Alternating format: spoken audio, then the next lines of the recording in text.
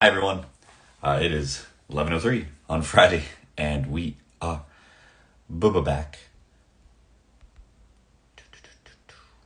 getting everything all set up. Sean Beeman, what you wearing over there? What you got? Dude, you know I was pumped for this one, man. Had to go dust off your cowboy hat, My put Woody on your hat, man. This spats. is this is movie quality right here, guys. I've been interested in getting like a cowboy hat, but then I realized like that is a slippery slope and a deep rabbit hole to fall down. Stetsons and Well, all that. I want to get some cowboy boots, I'll be honest. I made fun of my Yeah. dad when he got his cowboy boots. But now I kind of want some too. I think it's mostly just the breaking in process that has me worried. Like hard leather is just like I'm unsurprised by this. but then as soon as it like breaks in, it's great. Like I've Yeah, got some shoes that are nice and comfy.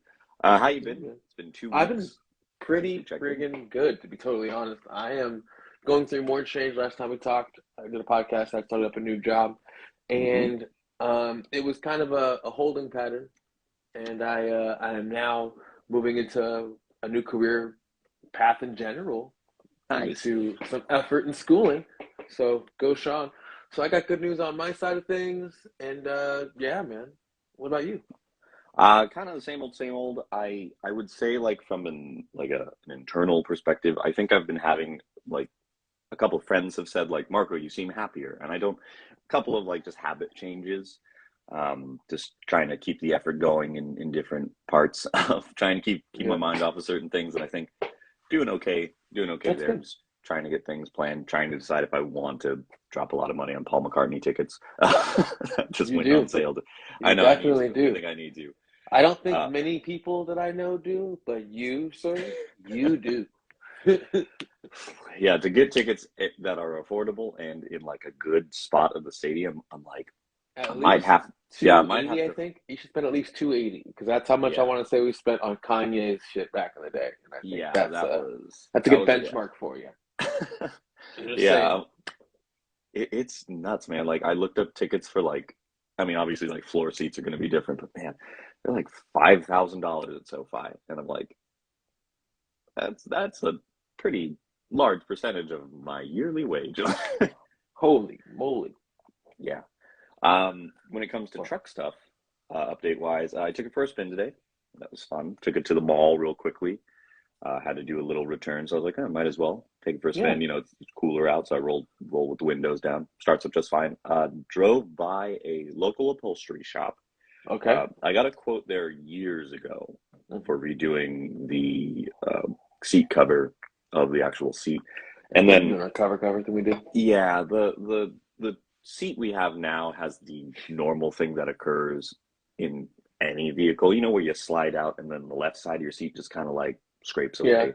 Yeah. It's got that, and I know it adds character, but like there's this we've talked about it before on the show where we're like there's a line between what is accurate and what is comfortable.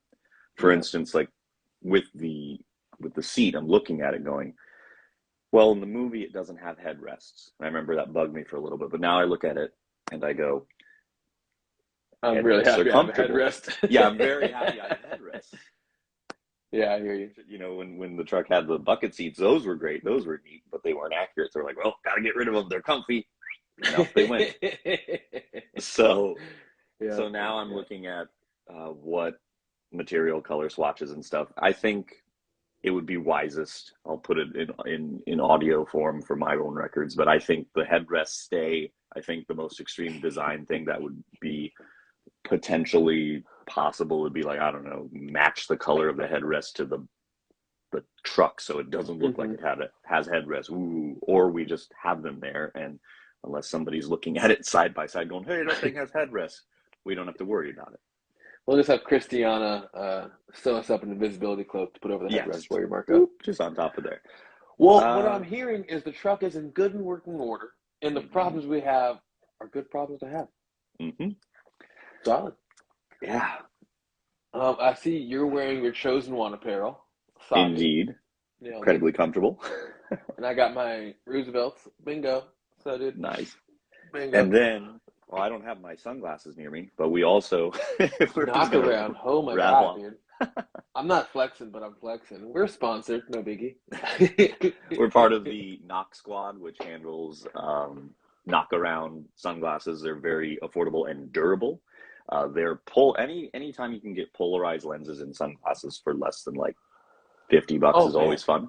Yeah. it was really cool. I was having a moment in Mammoth, and I was looking at snow melting on these rocks, and the Hmm. polarization turned everything really purple and blue, and it was gorgeous. And like the whole group was like trying on my glasses, and we're like, "Oh my God, it's the most beautiful." We're just looking at rocks. So, but Look at that boulder.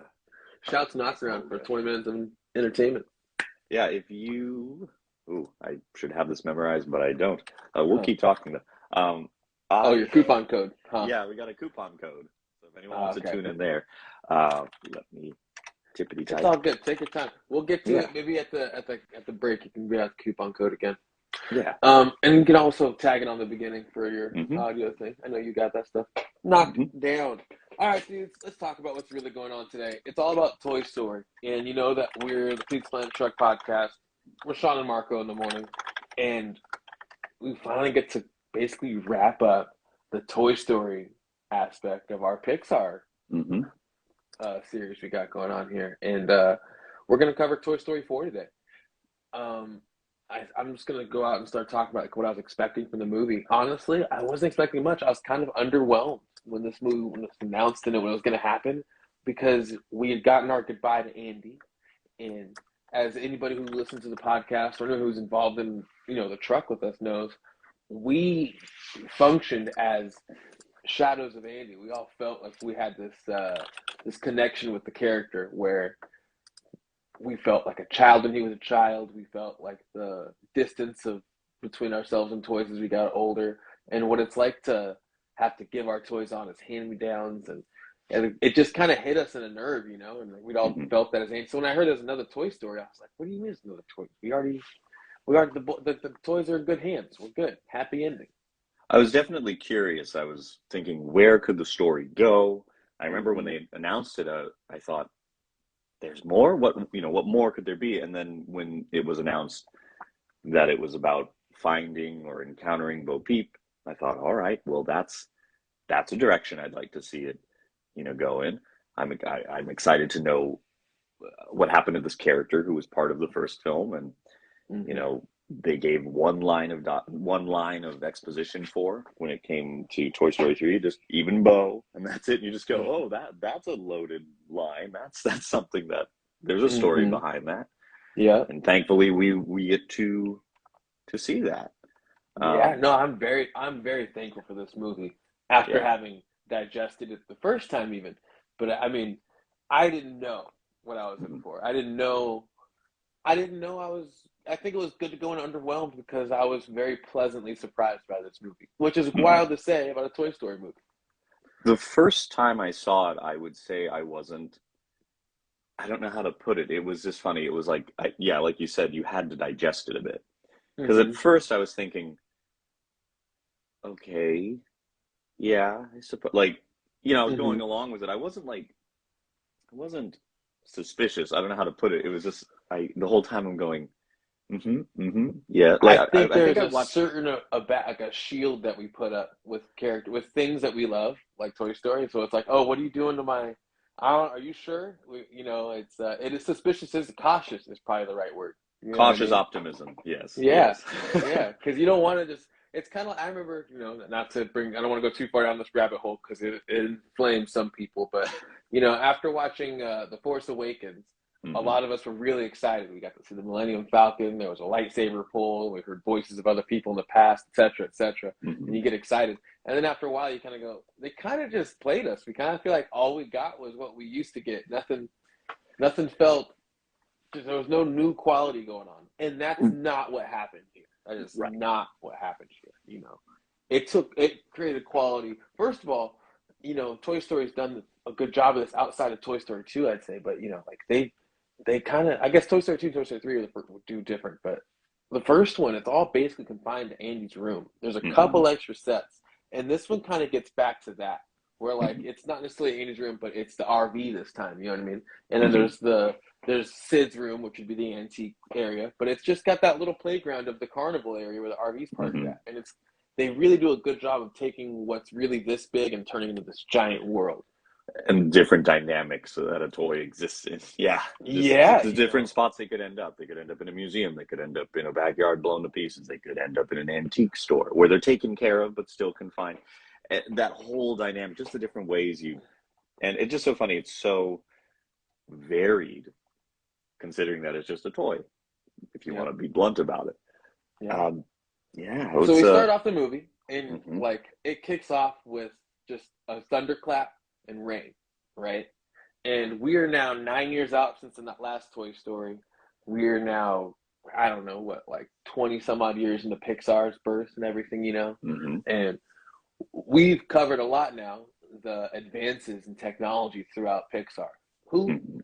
spearheaded CG entertainment as we know it, right? And so we're watching now just a straight masterpiece. Because you imagine when the first one came out, like we joke about the 3D models of the kids and everything they used and all that stuff, you know, in the Mhm. original Toy Story.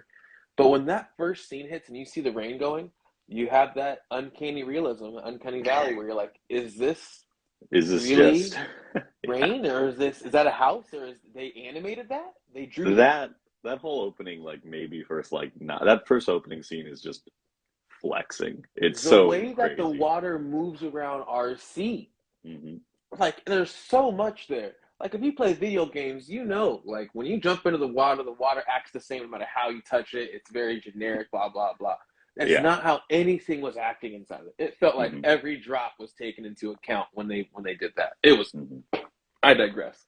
It was. I felt like I was watching The Good Dinosaur and Finding Dory, just all the same. On You the couldn't tell surface. where real and animation started. You know, Hmm. to where when you first time you see Jesse and Woody and all them, they look like real toys now, Yeah. as opposed to like a picture. You used to. I remember watching the old ones, and it feels like you're watching pictures. You know, it's animated.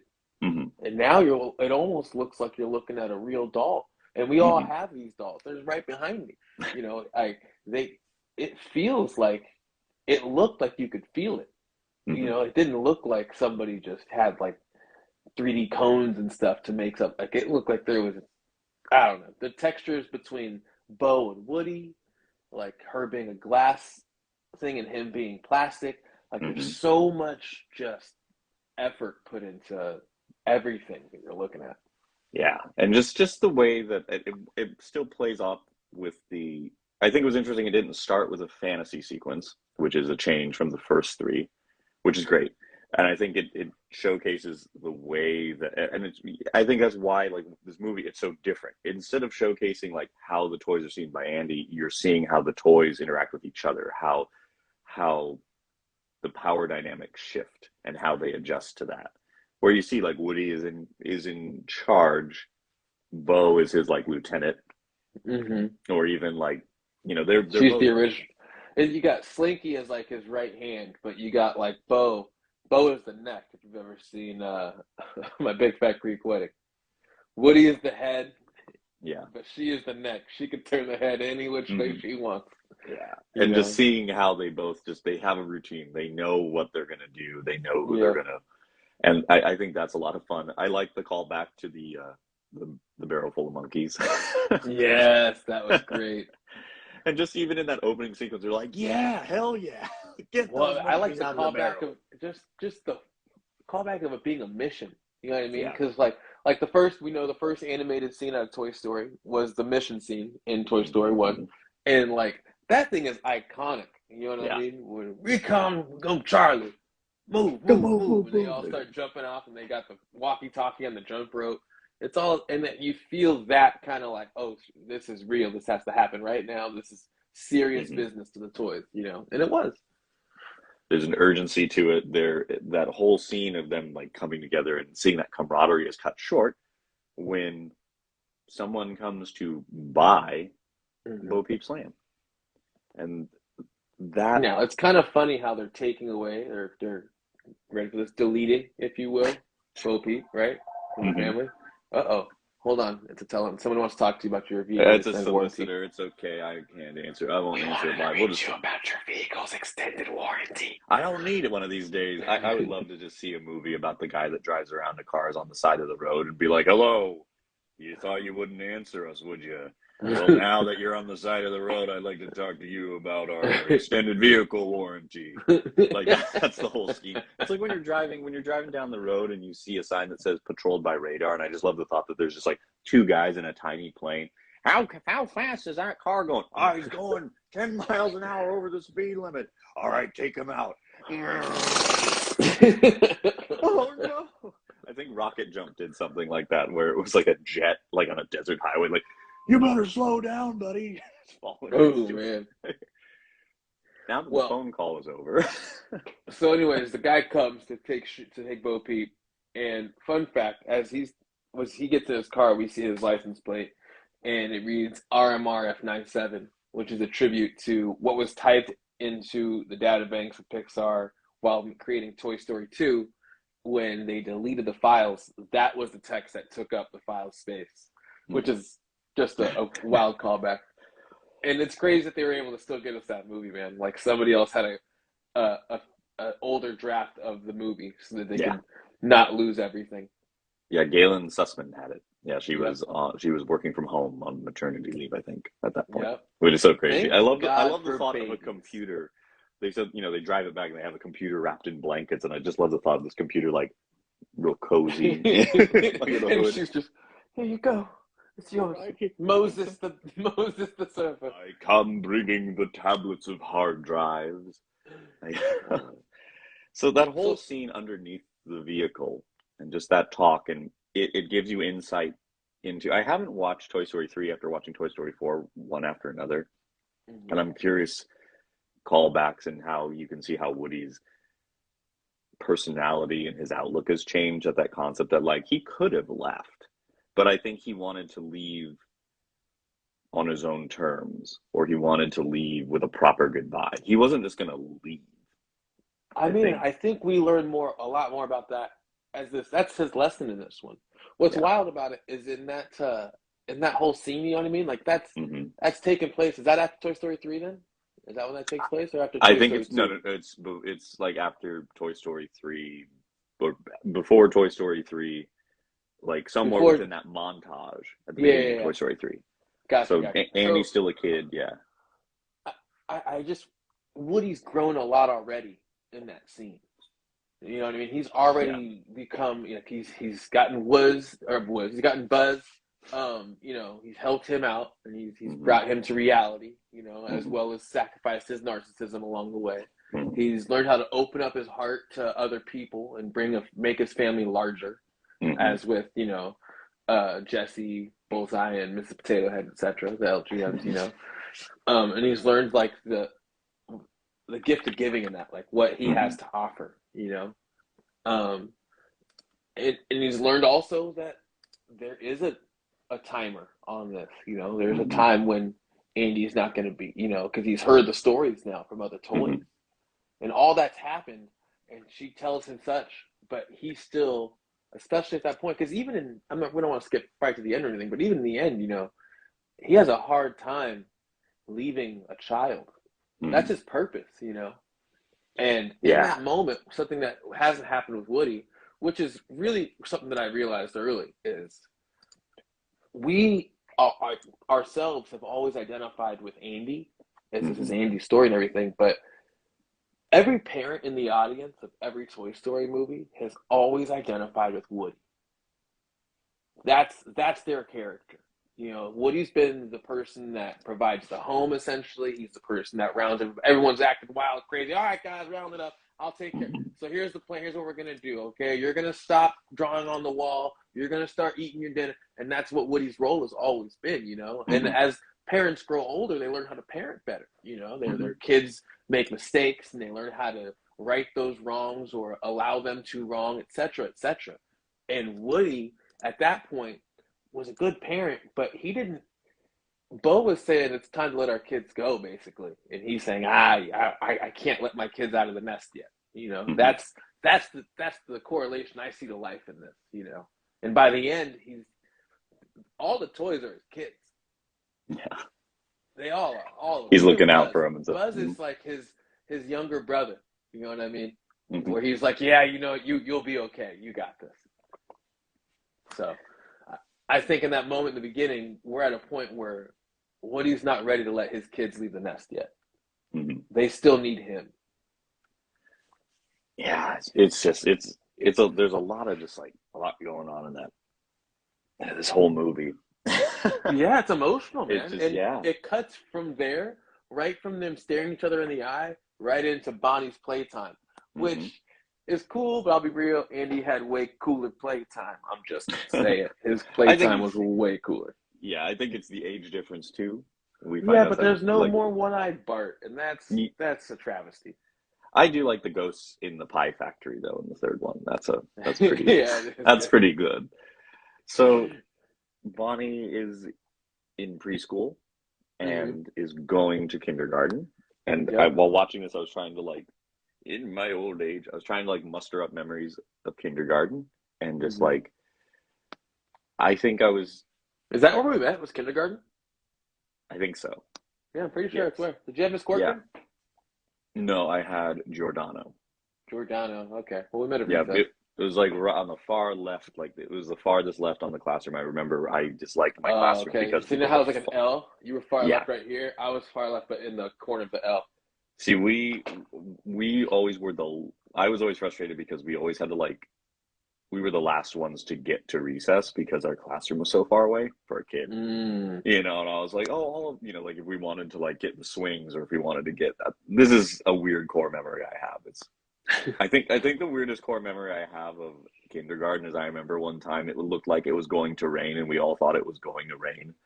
And for some reason, somebody started singing, I think it was there's a Mr. Sun song that every kid learns in kindergarten. Sun, Mr. Golden Sun, shine down your rays on me. And I just remember being in kindergarten and 4 tablefuls of kids singing that. And then the clouds part as they do in weather systems and in California. And I just remember a bunch of kids going, yeah, we did that. And we went to recess.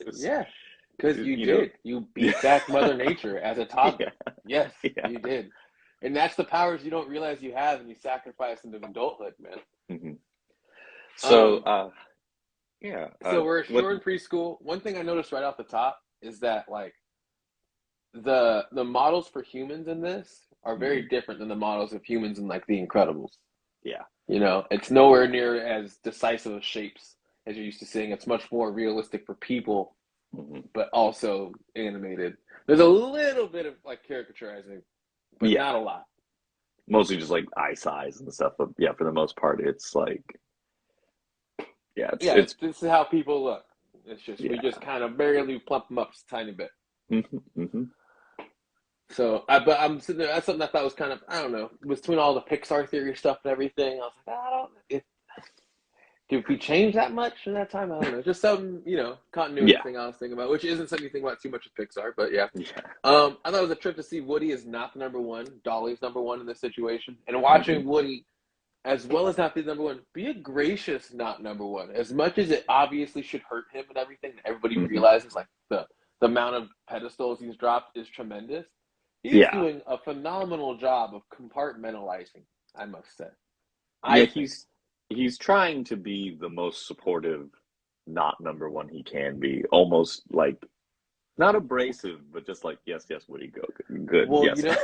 I'm gonna go back to it again. I'm gonna hammer it into you, brother. Woody is the parent. Think about when you didn't need your parents as much anymore. You're in situations. I can tie my shoes. Mom, I know this thing in my face. I'll get a napkin. Mom, I don't need you to take me to this practice. I can go myself. I have a ride. I'm good. I don't need money.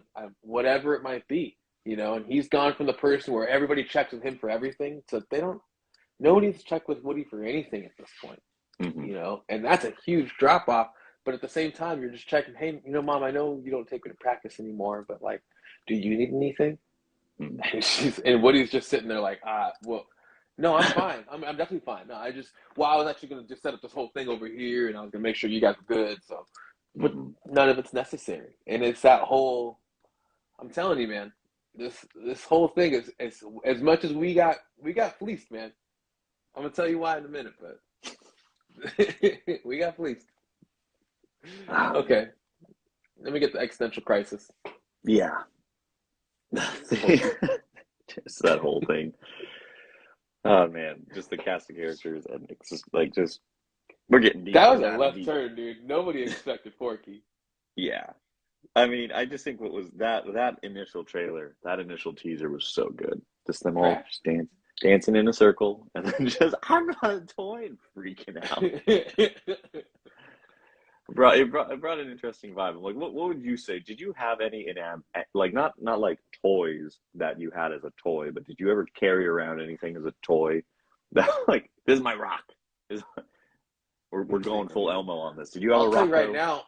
See, here's the thing: is okay. So I have two little brothers. One of them had a spoon he played with all the time, Hmm.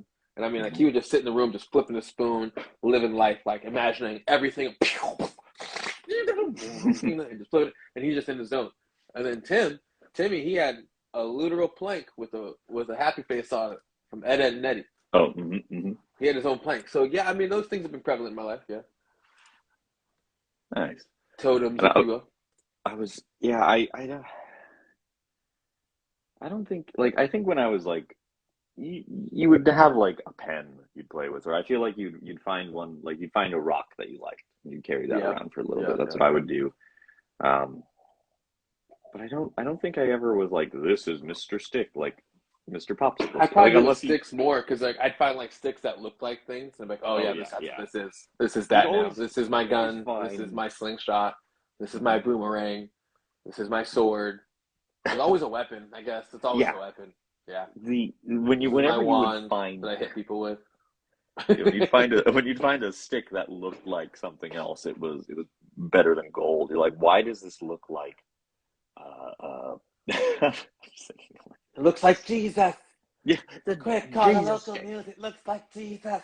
Look at this Dorito. It looks pretty neat. So we get Forky introduced. He wants to be trash. Hmm. We get our Newman montage. If you were waiting for it, you didn't know when it was gonna come. Hmm. Newman montage. It wasn't nearly as good as the other Newman Dun, montages, dun, but it dun, was dun, hilarious. dun, dun. Forky's character is just wonderful writing. Like Hmm. whoever thought to throw that wrench into the whole situation was great, Hmm. just great. What if we had a toy that didn't know he was a toy? We did that already. Buzz. No, but this one's gonna be trash. I don't. Hmm. Just trust me. It worked perfect. Um,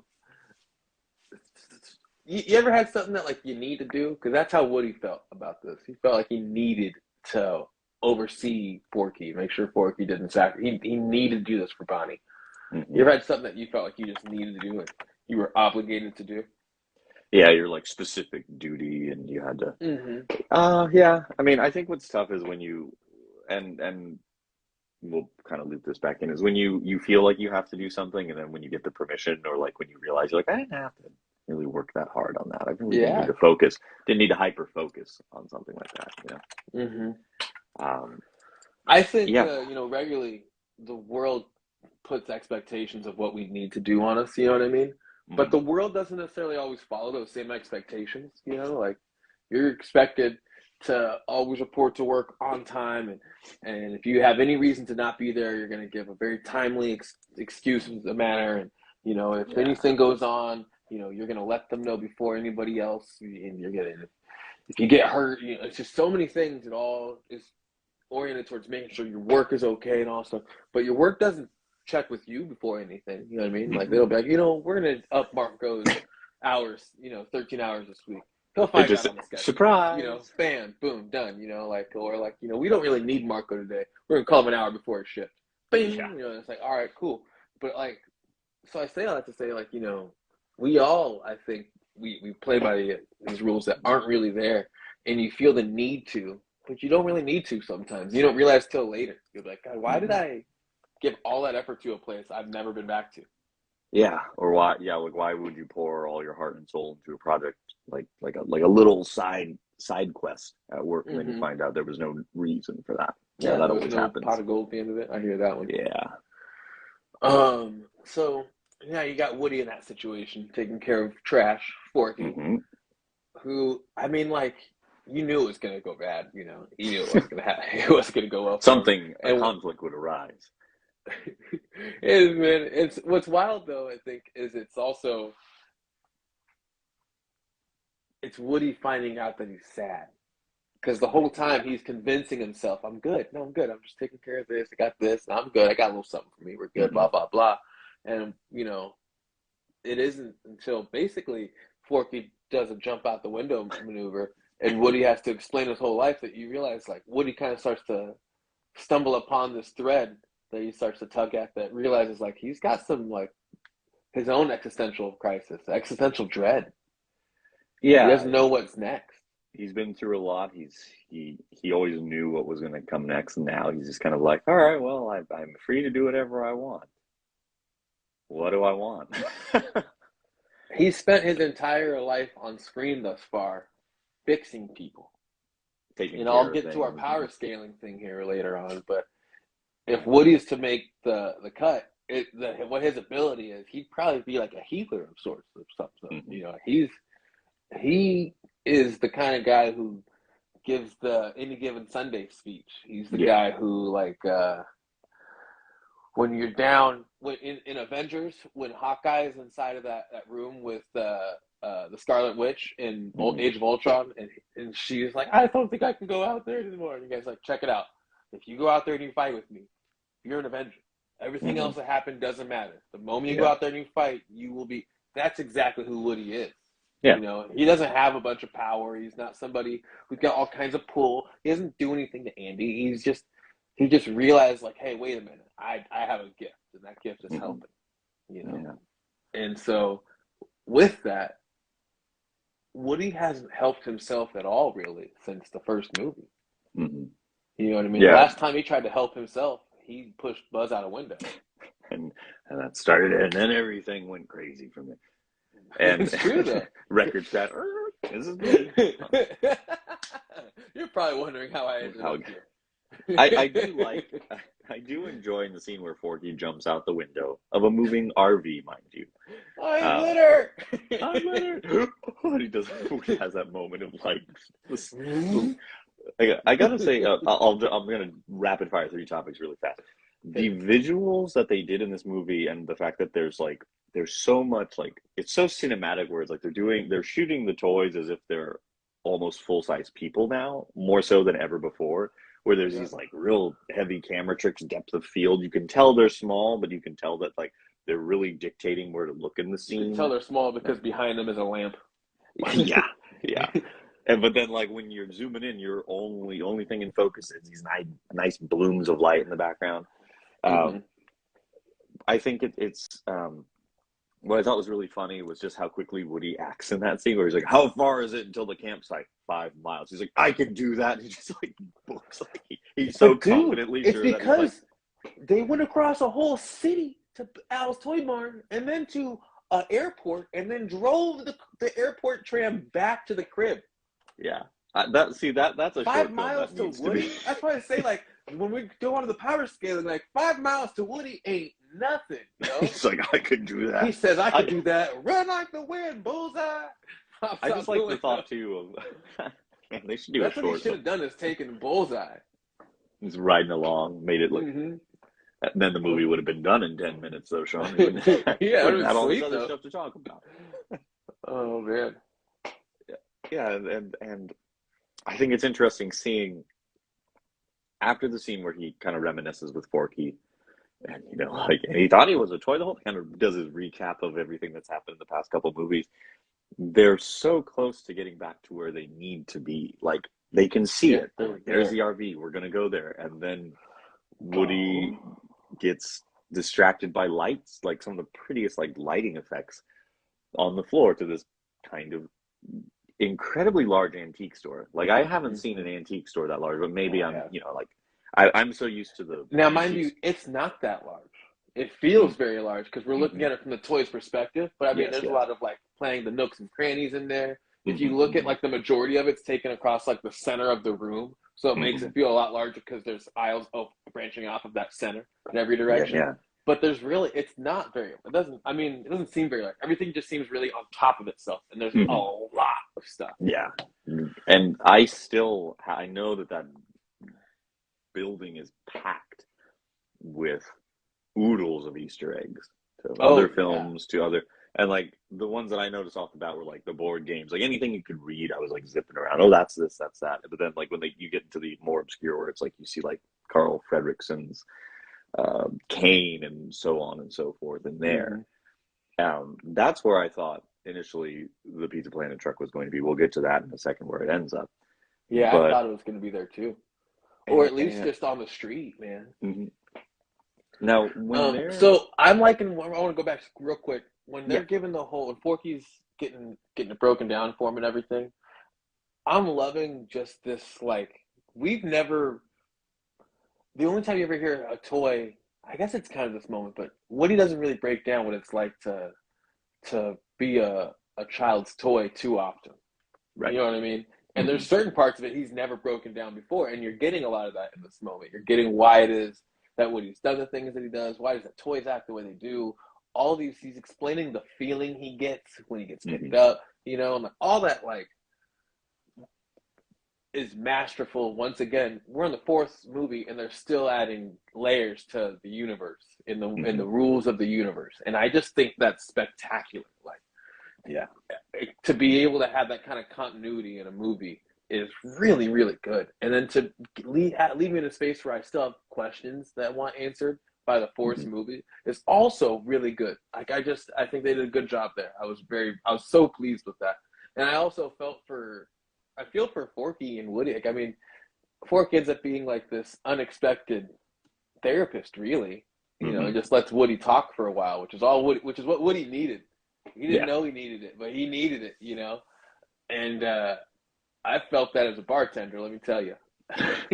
I'm sure you've heard many stories. I've had a lot of people just unloading on me like that, man, where you just hear from the moment I was, well, 1987, my mom made them, and now I'm here, and my daddy, and that's why my girlfriend broke up with me, Sean. No way. Huh. Yeah, and then What's I'm going just like on? Porky because the next person clocks in, and I go, oh yeah, and then they told me that's why the girlfriend broke up with him. It's not, I don't And move got to the next one. there's no HIPAA, there's no nothing on your bartender. I'm telling everybody your name, your address, and what you told me. Oh man, just like Forky does with Gabby Gabby.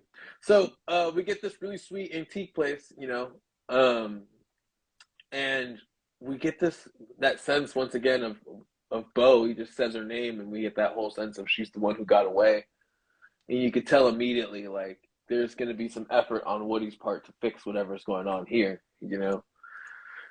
Um, and where am I at? I'm lost in it. Oh yeah, and so when they're walking through, because he has to go check on it, is where we get our first bit of nightmare fuel, aka Yeah. Vincent. Yeah, I just don't understand Benson. why. I still don't get it. Yeah. The amount of jump scares in this was surprising. Like even just Forky coming to life kind of made me go, "Oh, that was disconcerting." And then The little just yeah, just a little just eye. like no, no, no, like when he gasped and came to life and close up, that was kind of like, No, but "Oh, before that is him oh, the being little in the foreground, like in the blurry, and he's just sitting there. His little eye goes, "Hmm?" oh and yeah. just kind of does a little thing, and then it zooms in on him, and he screams. Yeah, the Benson and all of the other Bensons, the the the ventriloquism dummies. I don't, I just think it's so funny because like I don't think I was ever like disconcerted by them until like Goosebumps, and now I'm Yeah. always just like, yeah, they're kind of gnarly. Like, No, they could definitely. The brother in me knows they're dangerous. I'll tell you that right now. Have you heard about the new movie coming out from Key and Peele? oh, Nope. nope. I It can't looks wait. good. I can't That's a wait, lot of man. fun. I've said that so many times. Um, and so we're introduced to Vincent in the Nightmare Goosebumps dummy, and we get our introduction to Gabby Gabby, who has a very similar introduction, I will say, to Stinky Pete. Just incredibly cordial, Hmm. southern in their hospitality, and eerily just like nice. Yeah, something's off with how nice they are. You're like, oh, they seem pleasant, and you're like, wait, there's something. Yeah, and Why do you I have I this do. freaky dude? I mean, I guess they're all. How come all the villains are southern? Now that I think about it, because Lotso was southern too. Wait a minute. Hold on, Wait, no. wait. Hold a new scenery. Yeah, I what about that The kind of South demeanor? will rise again. You hear that, Woody? Stinky Pete is back, and I brought Lotso and Gabby. Gonna come down to our little cookout, and we're gonna have lots of grits. And I thought what was funny with Gabby was when they run off, and she's like, "Stop them, please." It's just like, Yeah, just stop. that them. was creepy. That was some real like Brainiac, Lex Luthor kind of like just so even keeled, real villain status. But she's not even that villainous, to be honest. Yeah, that's what I think was interesting. Is like, was that a byproduct of her rejections from, or like her obsession? It's just funny. She has like a villainous overtone, but really isn't. Like, She's not. I mean, she's so redeemable in the sense Yeah. that like she's really just willing to do whatever it takes to get what every other toy that we enjoy and love in this film series has. mhm. That's all it is, you know. And what's the cool too is this the first movie to show us toys who don't have children that are happy. Yeah. Which is, I think, a wonderful little bow to tie on this universe Mhm. because it's to the point. It made you feel so sad with the idea of all the toys that you've left behind and stuff, you know, over the years. Yeah. But like that little piece, that little gem there gives you hope that like, okay, maybe a lot of my toys are getting played with. They'll be okay. Yeah. Or they're doing their own thing. They're just bouncing along the highway going like, yep, this is the life. Yeah, like the ones with Lotso. Yeah, they're and like carnival toys. I think it's funny too, like carnival toy, the concept of like the carnival toys. Like that's kind of funny that they're just sitting there like, no one ever gets to win us. So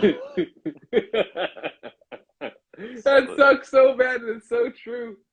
Oh man! Speaking of carnival toys, that's where we see our first appearance of the Peace Plan truck.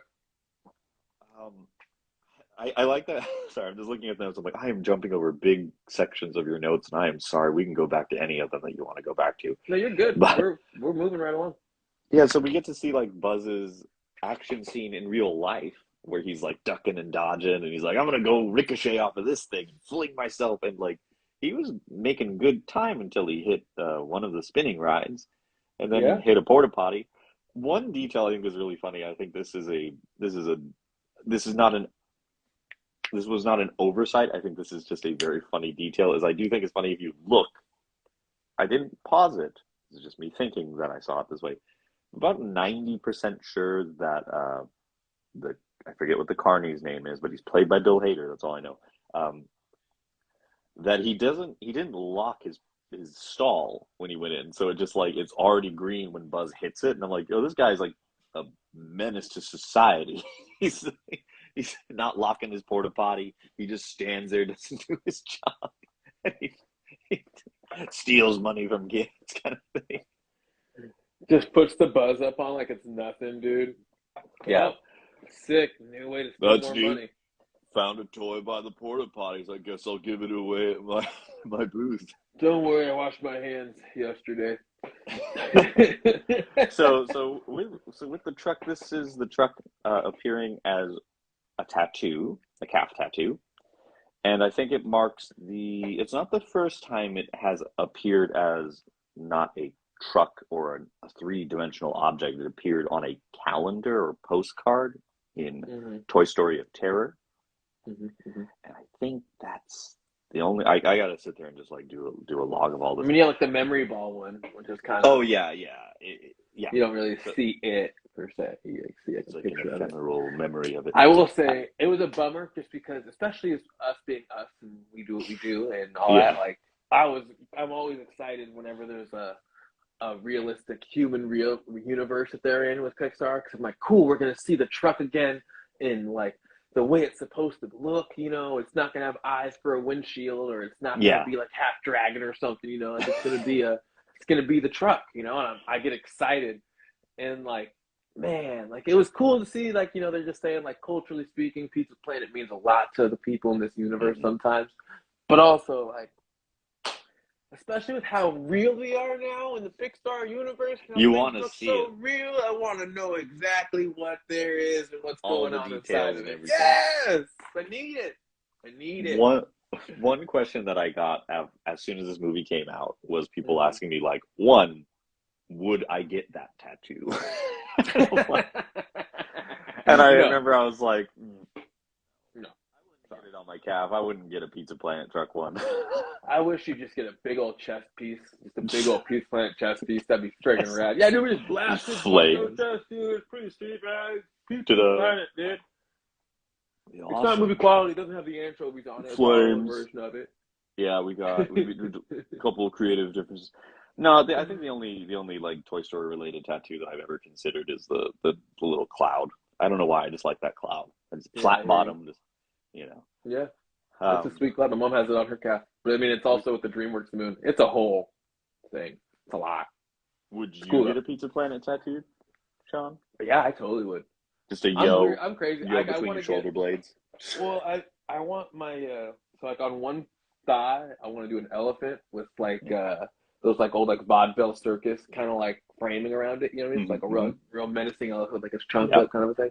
And then on my other thigh, I just want it to be just a bunch of just fun like stupid stuff. Just like if I was at your house and you had a tattoo gun, and you're like, could I? I'd be like, yeah, dude, go for it, man. What do you feel like? And you'd be like, oh, I'm gonna draw a penguin. All right, cool, do a penguin. I'm gonna just draw a penguin. It's just a Sean Yeah. penguin with a So on big that, fro. on that thigh, I'd be super down to have a Pizza Planet tattoo. That'd be rad. I want to be not like Yakuza style, but like I want to make it to where like you can't see any of my tattoos if I have long sleeve and like Yeah. shorts on. Mm-hmm.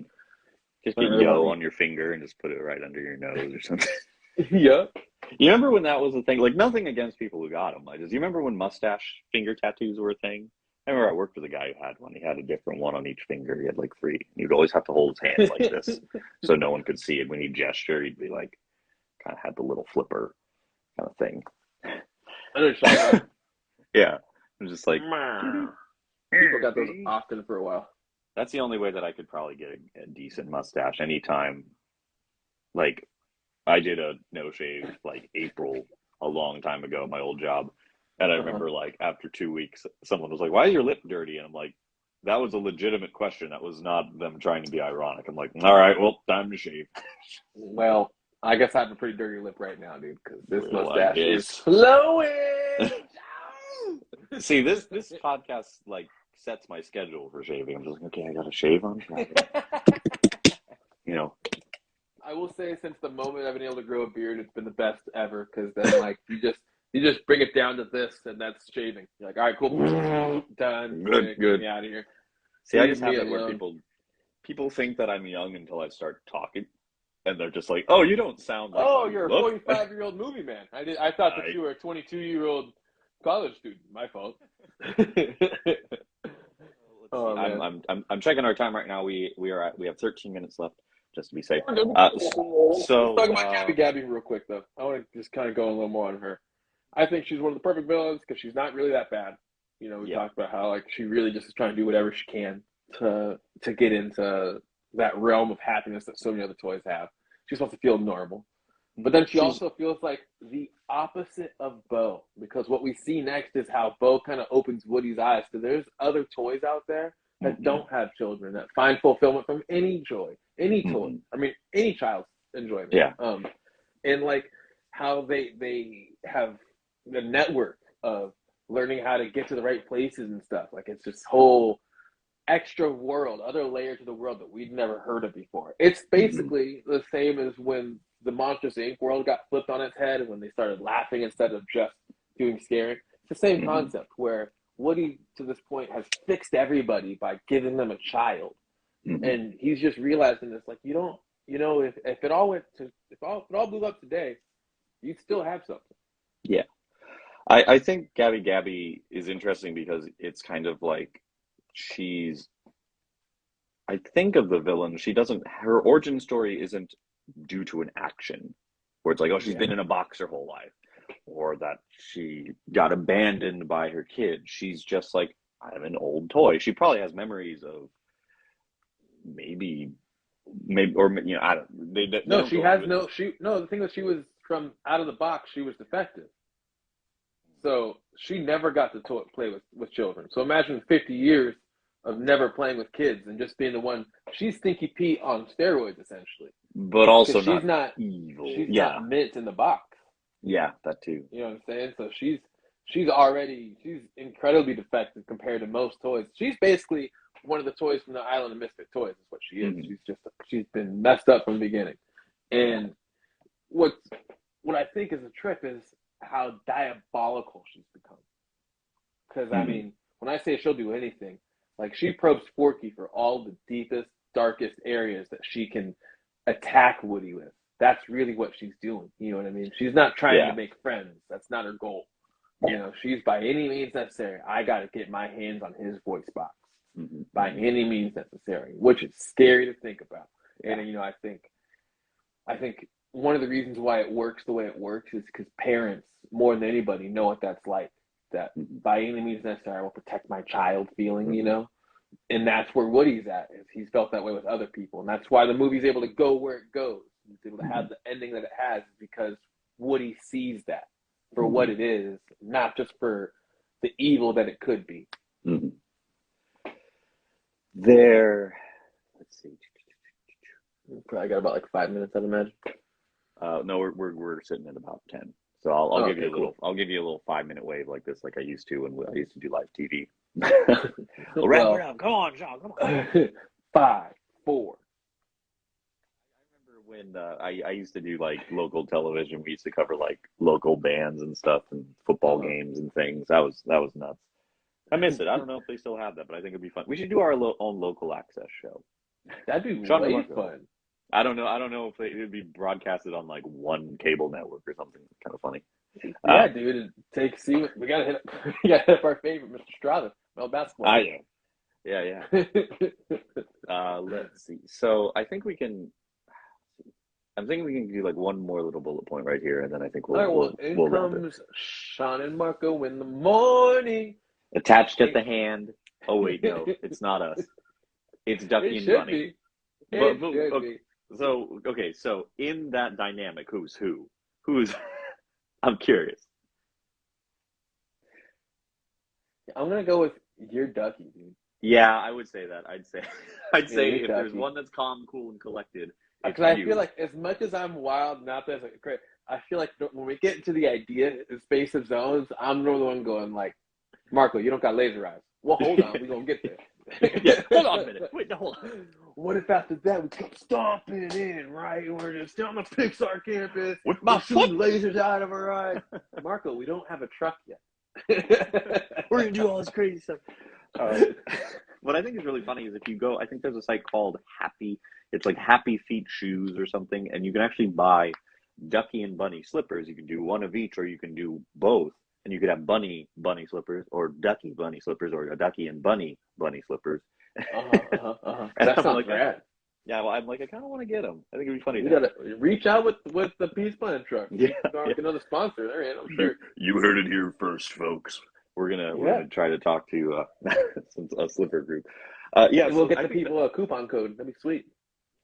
speaking of coupon codes, Sean, Oh, as we coupon code central. yeah, so when it comes to our various sponsors and people that we are working with and collaborators and stuff like that, we are Got part coops. coupons. We are we have coupon codes for knockaround sunglasses. You just look up knockaround.com. They have many styles. I particularly have a larger skull, so I prefer Pacific Palisades that look like they don't look like aviators. They're not like the wireframes, but they got a nice squareness to them. But they're solid plastic, real sturdy. I've only purchased mine polarized. They're my go-to work glasses, and I drove with my other pair today.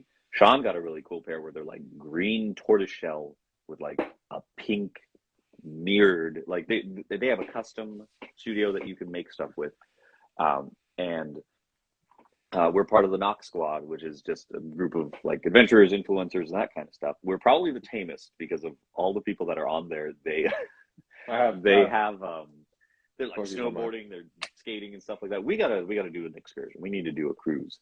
Sean is currently modeling his pair of sunglasses. Look at that! Look at that shine! Look at that! You can't even see where he's looking. You just see his ring light.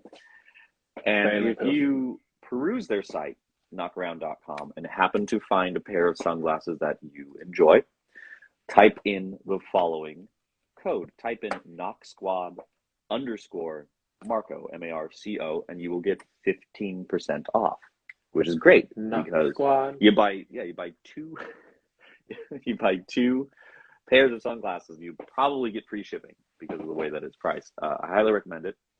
And I think now is a good time to take a break. We're going to come back and we're going to finish up this last half of the movie. And we'll see you in a second. Back in a couple minutes, y'all. Back. Checking connection. Hello again. Time for part two. Part two. Part two. Let's see. We're going to search for the Sean. Sean Beeman. Hello. Doing good. I just wanted to kind of show off a little something. My mother has been going crazy with Toy Story memorabilia since I was a child. So I figured, why not, since it's the last Toy Story one, go through some of the really sweet stuff we got going on in here. Because I'm talking like this is stuff from the original to Toy Story 4. Got some like, what's fun is there were so many items that they came out with that are just like obscure, and there's just like, right here.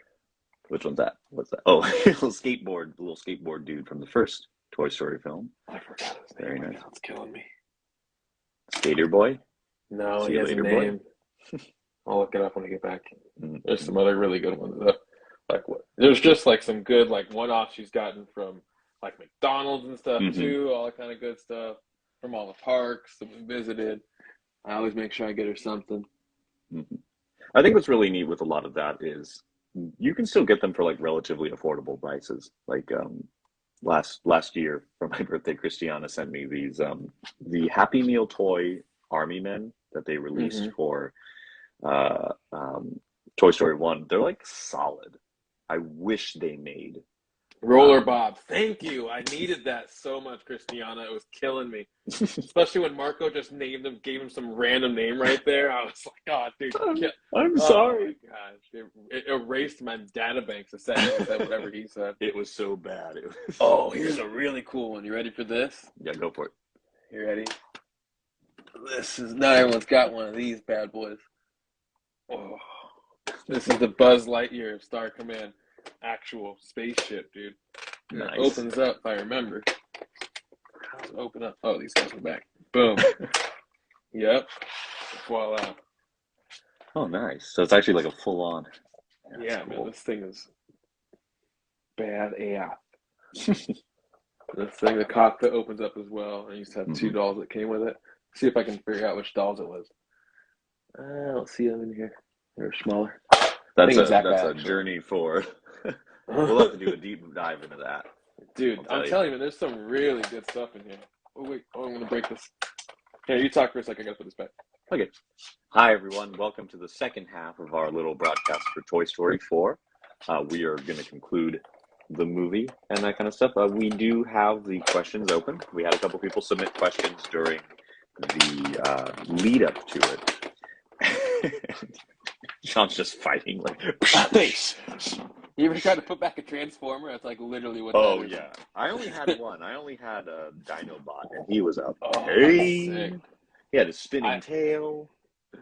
Fun fact, my grandfather was an auctioneer, and we also worked at the swap meet a lot, so I always had access to a lot of really fun toys, but I had like somebody else's hand-me-down toys, so it was like after you had the toy for 6 years, or your grandma died, and like your toy box got sold or whatever, I had those toys. And so, like, I would get, like, Transformers, or my favorite was I get the Zords from Mighty Morphin Power Rangers. Yeah. But they'd be missing parts. So I'd get, like, 3 pieces of, like, the Megazord, but it's like, well, he don't got a leg. And he's so missing powerful. a hand. But he's pretty cool, right? Let's check it out. I got the Black Ranger, the Yellow Ranger, the Blue Ranger. He's so powerful, he doesn't even need to fully form to beat you up. Oh, man. All right, we're back. Okay, so we just met Sean and Mark, Ducky and Bunny, and I mean, wonderful additions to the character pool immediately, like immediate value. I like how they're going after Buzz. I like how Buzz is at this point, after dealing with like himself in Toy Story 2, and just there's a lot of, toys that are delusional, if you will. And Buzz is completely unaffected. They just kick you in the head, and he's just, yeah, okay. How do I get out of here? Let me listen to my inner voice, which is the best. It is Yeah. the absolute best. I will put this on the record. You can quote me on this. I think it is a crime that they didn't make Ducky and Bunny's little song like an extra track on the soundtrack. I don't know why. Just the harmonies are so good. Just Key and Peele Yes. harmonies are so. I bet you that was probably like a an ad lib. I can't like they're just like sing a Yeah. song about being happy. Just like okay, and they just went right into it. We've got a lot of that footage, like you sent me with the dino. What'd you send me? Yeah. Something that was so Pear good. Leno and the Rostosaurus. That's our. Rostas That was, was- we were trying to. That got bad quick, but it also Yeah, there was a good that- like 30, 45 seconds of gold in there. Yeah. The what was really crazy with that clip is so funny. That's a clip that probably I had it on our YouTube when we started, and then I remember I was like, this doesn't really add to anything, so I hit it, and it's still there, but it's just it's like 6 minutes of Sean and I just riffing about dinosaurs and a pear One that of looks the like Jay Leno. original. It's another one of the original Peace Planet truck meetings. Mm-hmm. Pretty fun footage at the end. I Right am there. I am still trying to find the correct cord for this hard drive that I think has most of the on the road footage. What's funny is I have all the footage of the making of the truck, and I have the footage of basically Pixar and afterwards. But the 5 days of us driving up there, most of that footage is on one hard drive that's either here on my desk right now, or Felix has it, and we have to just find it. It's somewhere. It's Got it. yeah. Lost in the annals of history. Yeah, you know what I think like with the footage we have, I think we could do like a fun little recap. That would be great. We want to talk about some footage, dude.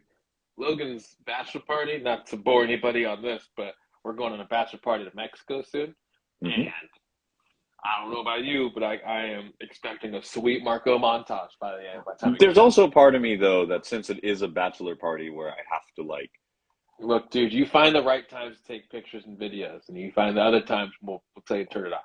yeah, no, I like Not for me, I'm like like that's gonna happen. This is gonna be totally normal. no, it's totally gonna be yeah, we're gonna be super Guys watching a football match, as they call it.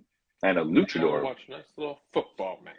Mm-hmm. So, anyways, now we've gotten to the point where we've got the introduction of Ducky and Bunny.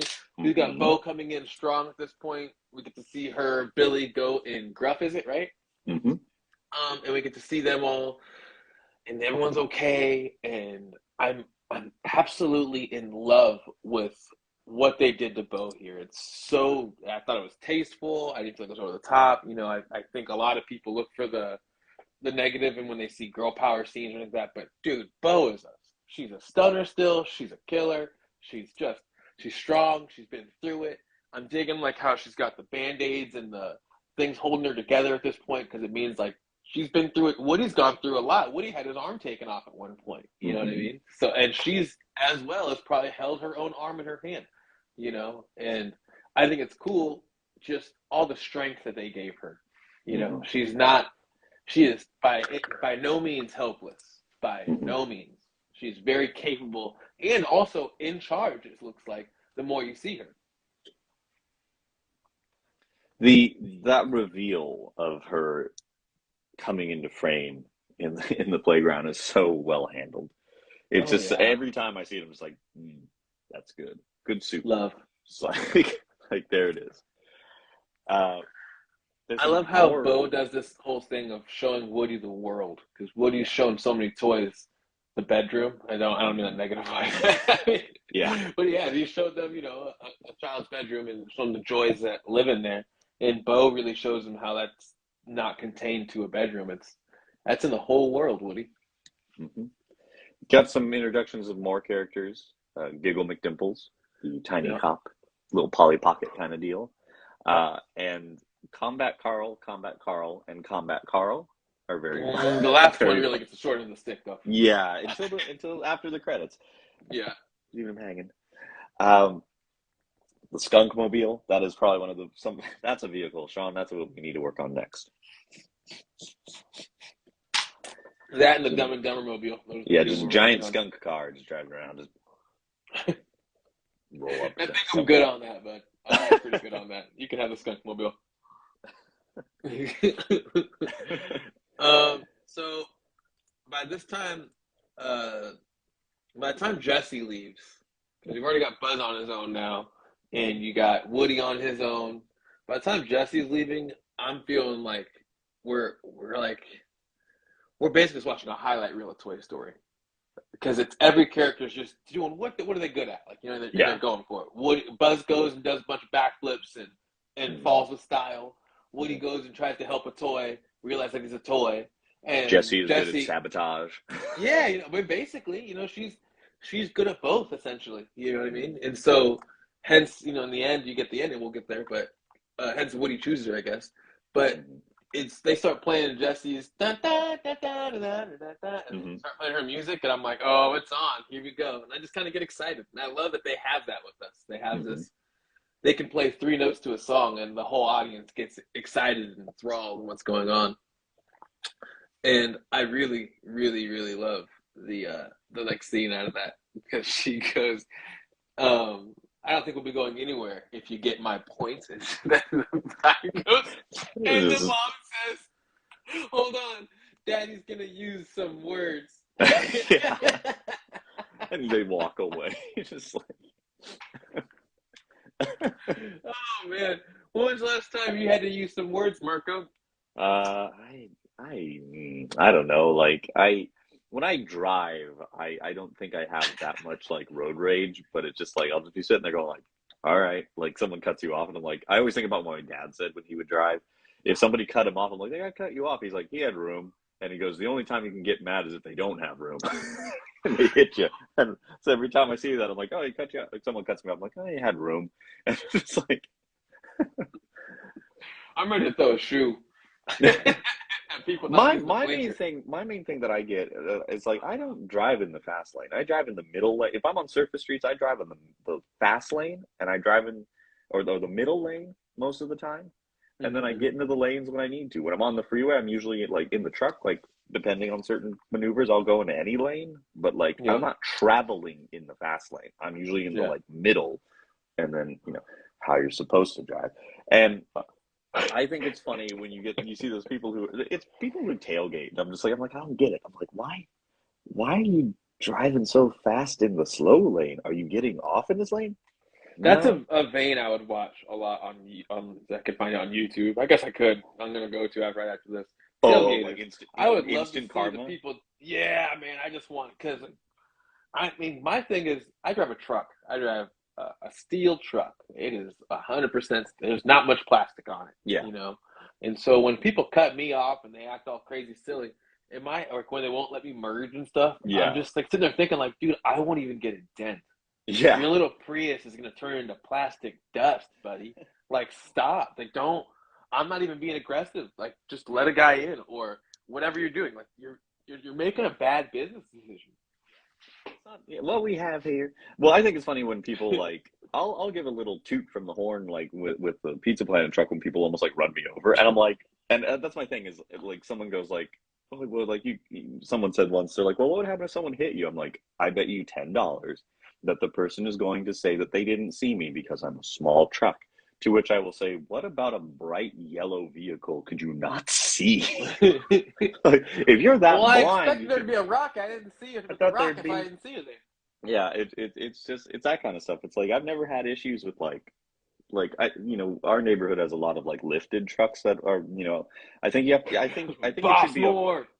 Hey, my thing is I think if you made it a rule that you had to have passed high school to get a lifted truck, there'd be a lot less lifted trucks in our neighborhood.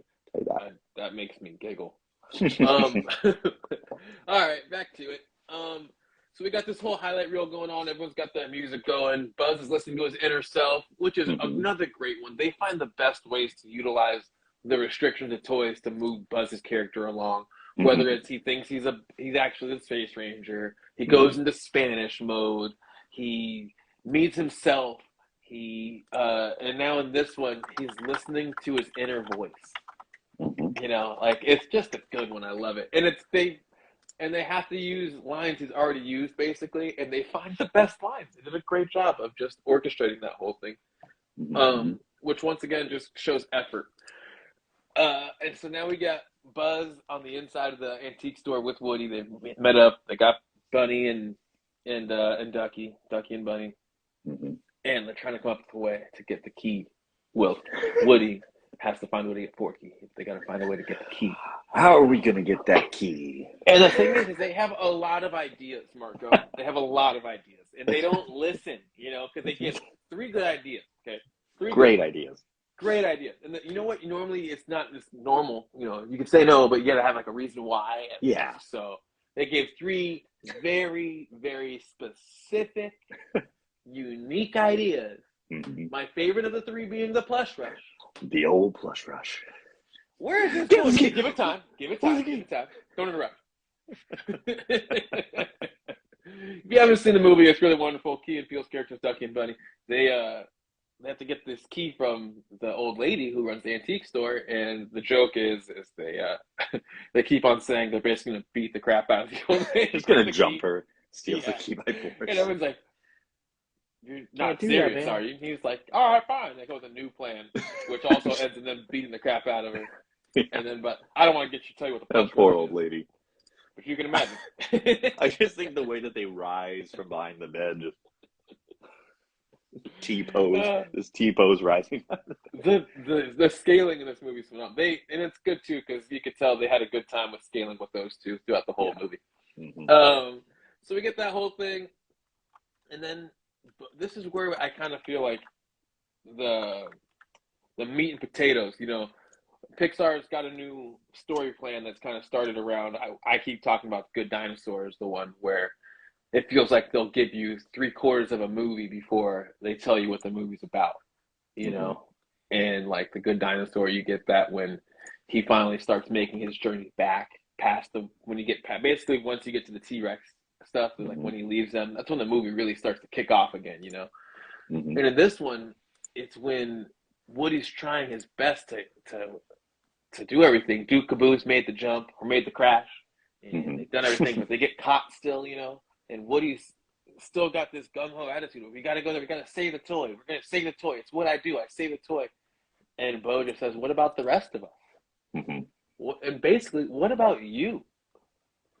Because like she hasn't been around for a little while now, and so she's got a different scope. But Woody still has this everybody before himself, and everybody else should beat this selfless attitude.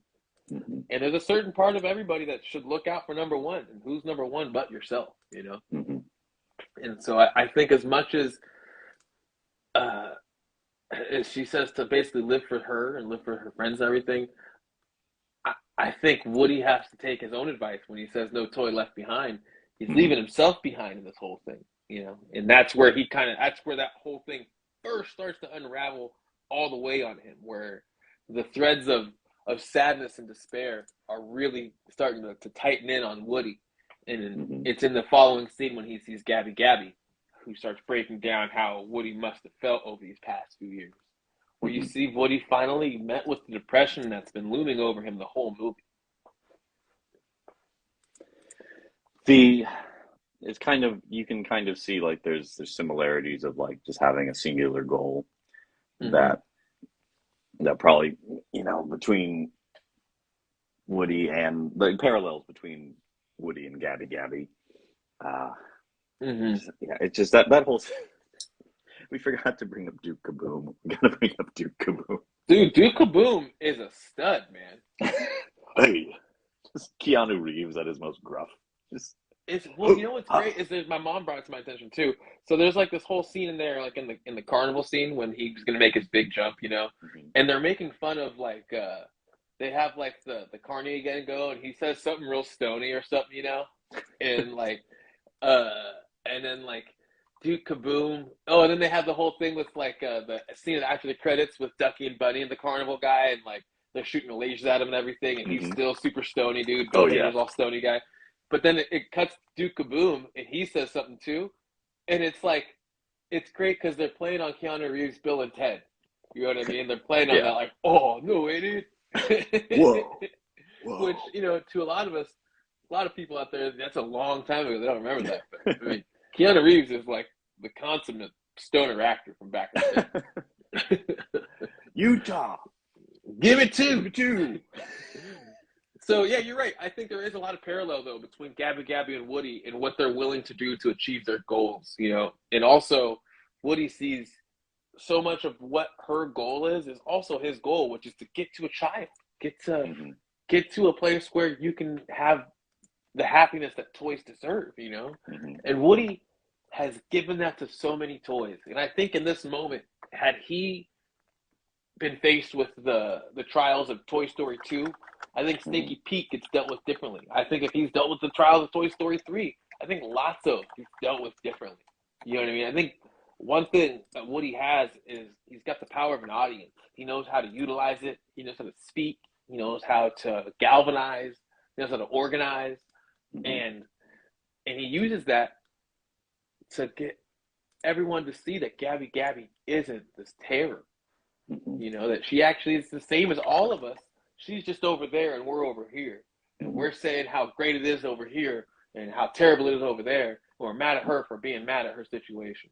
And of course, and Woody gives her that roadmap to normality and happiness, you know. And it's really cool, I think, even more so, because she chooses her own path, which I think is a hard pill as well for Woody to swallow, but also another step in his journey. Post heist. All right, let's see. Where are we at right now? We're at like Woody has with the power to fix things. At this point, he's fixed Gabby. He's talked Duke Kaboom into the 40-foot jump. In the other movies, he talked Buzz into being a toy. Talked Jesse and Bullseye into happiness.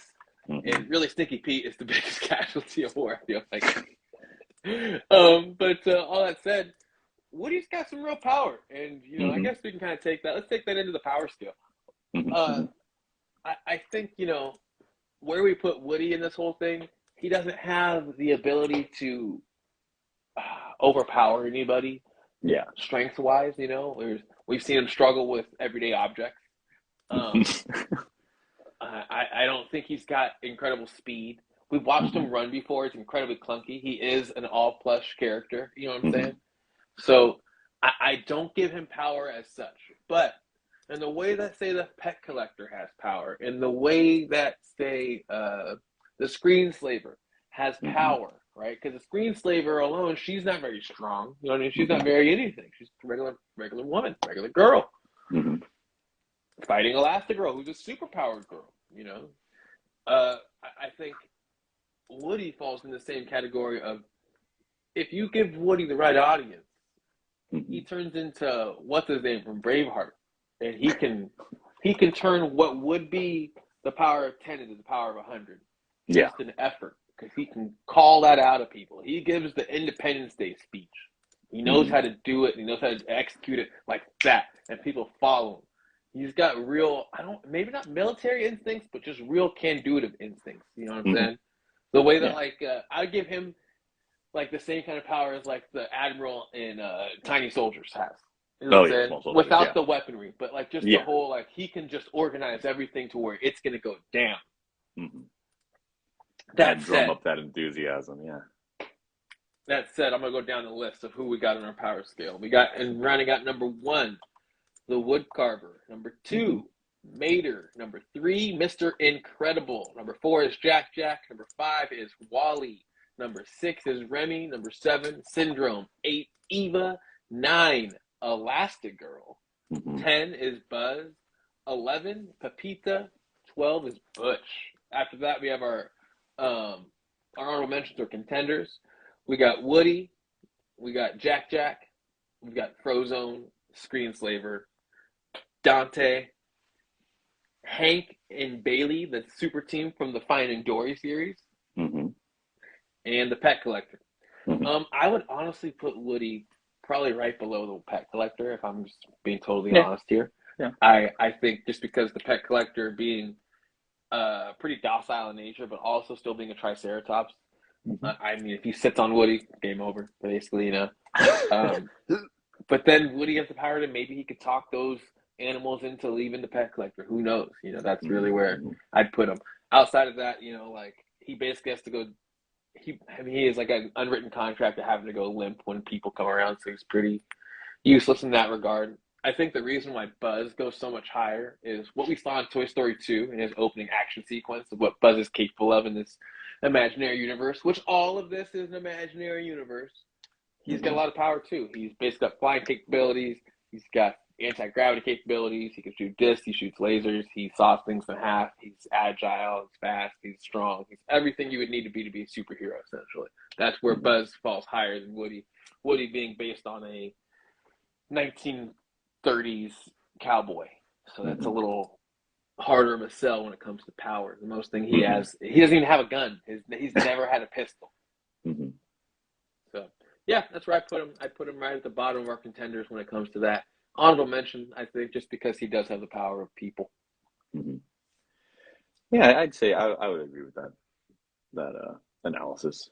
Yeah, that he the power of persuasion, the power of drumming up enthusiasm, the power of the gift of gab, even though it works. I mean, look at the kind of, you got Slink, who's like coming at you after death. He's still got you. You talk about loyalty.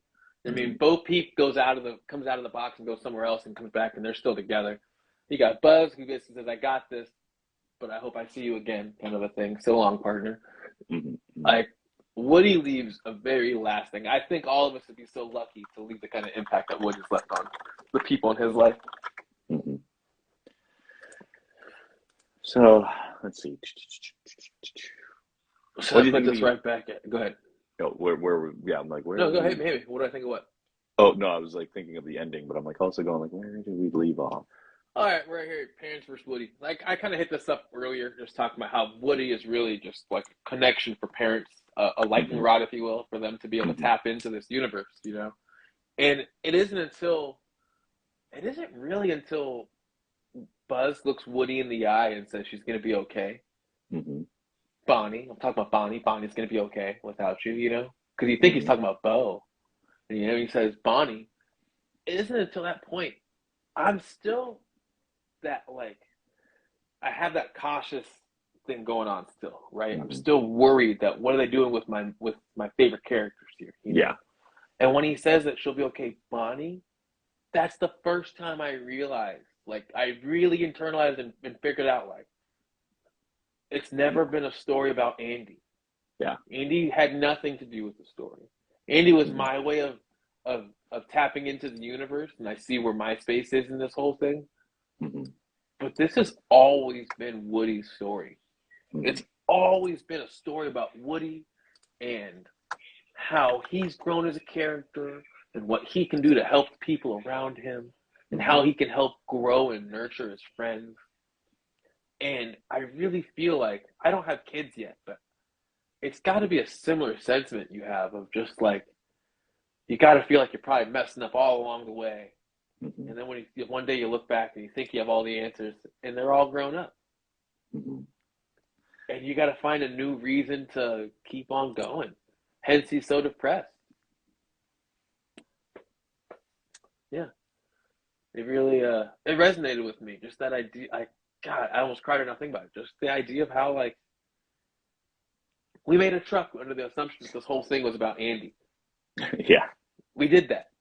You know, and it was, for us, that's what it was. Artistic, you know, licenses allow us to feel that way about the movie.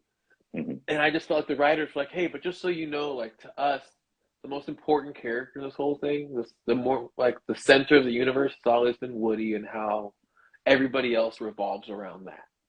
You know, like, it really hit me. I loved it. Yeah, I think like watching this movie made me realize like it's Woody's been like kind of you're following him throughout it too, and it's just, this is very Woody centric movie. I think it was really, I liked seeing that. I liked Toy Story 2, I guess, felt like everyone's movie. Yeah. Toy Story 3 felt like, I don't know, it felt like it was Bonnie's movie. Yeah, well, I feel like Toy Story 3 was like the general conflict affected everybody. I feel like Toy Story 3, I hate to say this, I really do. Totally forgettable.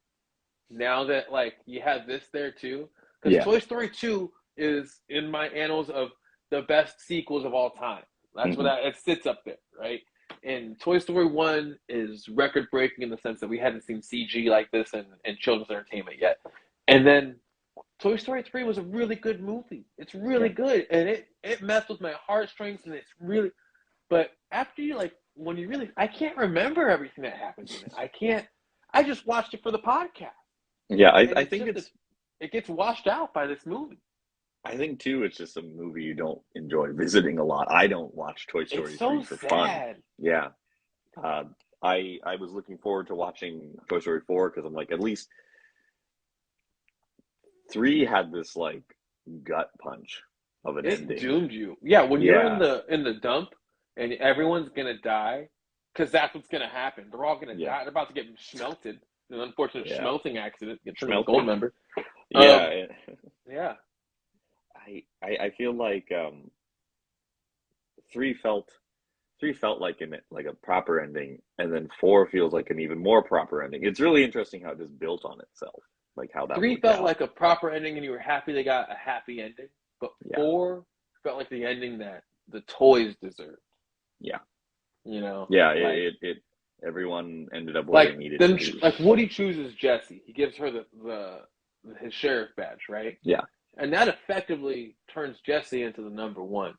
Like, I don't care what Dolly says anymore. I just want everyone to understand that when Mhm. Woody gave her that badge, when it hits the fan, they're gonna look at Jesse. They're not gonna look at Dolly. I've watched Dolly move around. She does this little thing right here. It's not gonna work very well when things need to get done.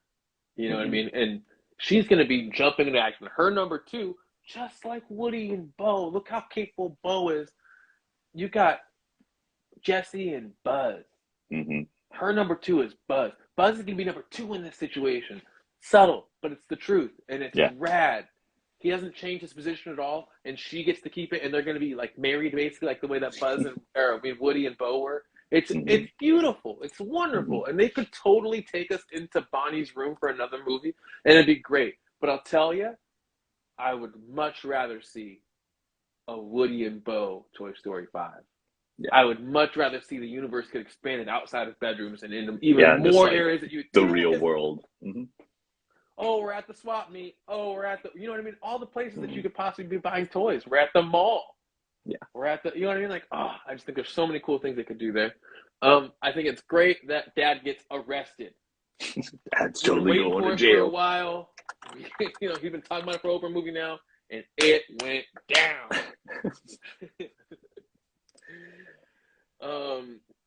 Also, I was thinking, like, while they're like trying to figure out what to do with the RV, I was like, these toys have driven, like I told you, like they've driven to the airport, from the airport, they drove on the airport, they basically drove a plane.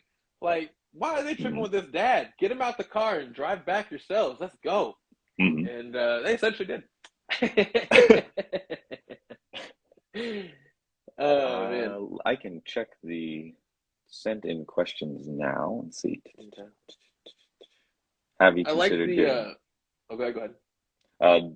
Someone asked, have we considered getting a Pizza Planet tattoo? We kind of touched on that at the beginning. Yeah, I would do it. I said, yeah. You know, what kind of tattoo would you get though? Would you want to get like the logo Pizza Planet on you? Would you want to get the rocket? Would you want to get like the side magnet? If I was locked in a situation where it was like you have to get a tattoo and you have to get a Pizza Planet related tattoo, I think the rocket. The rocket? Or like a yo. I wouldn't like. I just feel like I wouldn't want a large tattoo, and I guess that shows my own timidness. Like I don't know why. You can't see it behind here too well, but let's see. Yeah, like just that. Like a little silhouette of that would be fun. If you could make my skin do that prismatic effect, even better. We can, Marco, but I know that, dude. Have you seen the cost you an arm and a leg? Have you seen those crazy patch tattoos? Oh yeah, like where it makes it look like ones? Yeah, that's crazy. Yeah, if I had to get a Pizza Planet tattoo, I would get a small version of the truck somewhere, or like the rocket. I think the rocket's pretty neat. But let's see. Another question. I probably had the rocket or that truck. Yeah. Yeah. Let's see. Have you ever swallowed a toy or had a piece stuck? No. No, I never was What one was of those the, kids. there's it's The Simpsons when he had the crayon stuck in his nose for like 30 years. Yeah. Yeah, yeah, I yeah. never had anything like that. I remember there was a girl in kindergarten who was like, she used to chew on her buttons and she swallowed a button, and that was a big deal because it was like a big button. And I remember No, that one. I got one for you. You're Okay. gonna remember this. Anybody our age will feel like will remember this. So you remember back in the day. First of all, everyone's in class and they're doing this. Yeah. Right, Oh, chewing on their pens and shit, right? yeah. But you remember, for a while, there was a thing that was really popular called Milky Pens. Yes.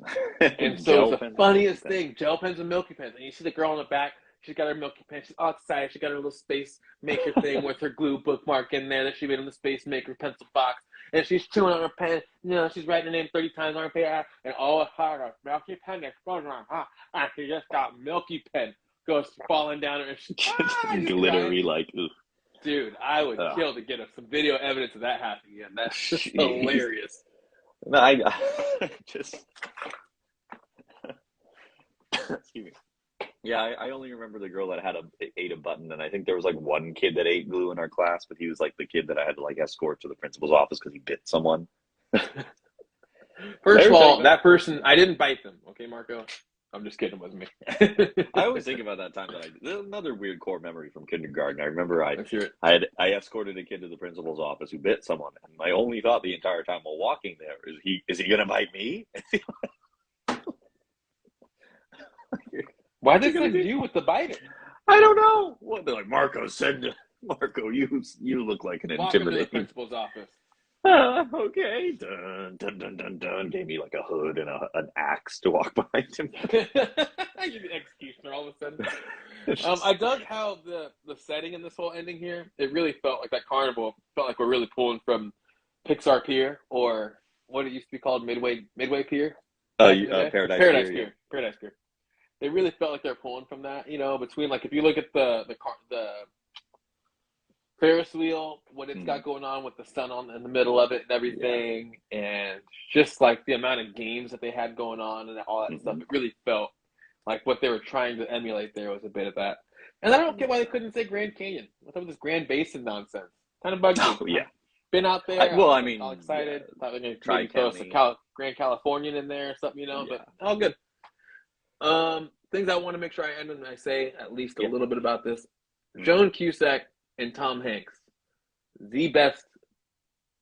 I think I'm trying to think anyone I think is better. Probably my favorite voice actors in Pixar history, at least. Mm-hmm. I mean, like Robin Williams up there, but I mean, she is so down to her gasps. I am so in. She is so good. She's so good. She is that character, and like you could tell they animate her voice more than she's speaking to the animation almost, because she's so there's so much happening inside of her voice. There's so much quality to her voice. I love it.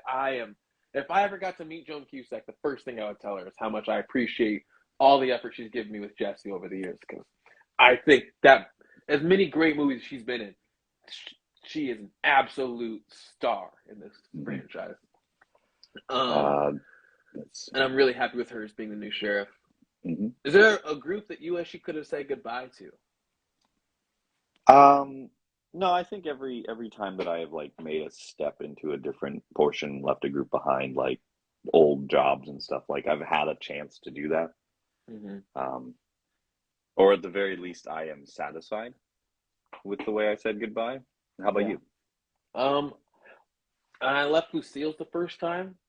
I transferred to Restore, whatever. We used to like basically antique the guy who left and everything. So we'd like get like coffee grounds and coffee filters and like have like chocolate sauce on it or like ketchup or all kinds of barbecue sauce, and we would just like dump stuff on them and just make them disgusting and stuff. And so my last day, I snuck out the back, and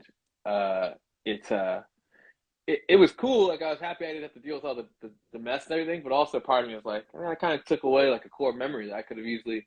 I'd done so many people. I definitely deserved it. I'll tell you that. I deserved it for sure. And so getting out of it, I think, was my fear of like how bad I probably deserved it, But I wish I would have taken that. That'd have been fun. I think what's interesting with like a lot of things and themes, especially with this movie, is it's like it's about goodbyes. It's about like people used to be in contact with. And it's just funny because like I don't know if it's because of I'd like to think that I've stayed connected to the people that I've wanted to stay connected to for multiple reasons. I do understand that the current digital age, the internet and social media has definitely allowed that to be easier than it was before. Um, but you know, every once in a while you'll like, you know, uh, come out of the woodwork, pop into someone's life. We're like, I haven't talked to you in 10 years, but like, you're so cool. And it's interesting how quickly people kind of come in and out of your life. But then too, there's a lot of people where like, I don't think there's ever been a period of time where it's been long enough where we've been estranged where we can't just be like, hey, let's hang out again. Yeah. You know, and so like that feeling of moving on and that kind of stuff really, or the need to say goodbye properly hasn't really happened. I don't think. Like I feel like I'm very thankful that I've been close enough to people that, you know, they were kind of stuck around. Like they're always not they're always going to come back, but we're always going to keep in contact to have that kind of stability. I think is great. Yeah, the whole time I was watching this movie, I was thinking about like friends that I just like stopped talking to in high school, and then like right around the time this movie came out, actually a lot of people started like hitting me up, being like, "I haven't talked to you in a while." I'm like, "Okay, let's talk. We'll go to a baseball game. We'll hang out and stuff." And it's funny because like there are some people who will take you up on that, and then there's some that just like they just kind of ghost you, and it's weird. I don't know. You know, you can't sit there and like really overanalyze it, but you're like, I don't know if I was just used to like just to like make me feel better. But there's a certain amount of that's good though. You know, I always tell people invest in people. You never know where you're going to cash in. You know, small story. My senior brother-in-law, he's in the hospital at the moment, and he's going through it, and he's fighting and everything, and it's a real bummer. And his mother works in the hospital as a nurse, and she was worried about the conditions of the hospital he was in, so she got him transferred and everything. And she was talking about how she felt like she could do more, she wasn't doing enough. And the thing is she's doing so much. She's kicking butt. And the way she is able to kick so much butt is, it's not that she has all this polar power, it's that she's treated people correctly and treated people well for a long enough time to where you can cash in. She's invested in people to where now when she needs it, she can cash that in, you know. We felt that when on our Pizza Planet truck ride, when we went out and stayed with people, when we had certain people in the crew that did certain things, basically just because they wanted to. When we went on our road trip with Clark and with Victor, we're staying at people's houses and stuff. Yeah. That's just the investment in people. It's come to fruition, you know. And I, you know, even in this movie, you know, Woody spent a long time investing in Bo. And so in the end, Bo cashed in. She said, hey, you know, you've given me all this. Now I'm going to give back to you. I'm going to show you what you showed me. When he's talking about how Bo used to be in the room, and, you know, she don't know how sad she was before she got to you, you know, and so she needed that light. Oh, man, you don't know. You were everything. And he had so much value to Bo. And when you do that in real life, people feel the need to give it back. You know, it's that altruism, that ability to help people because you feel the need to.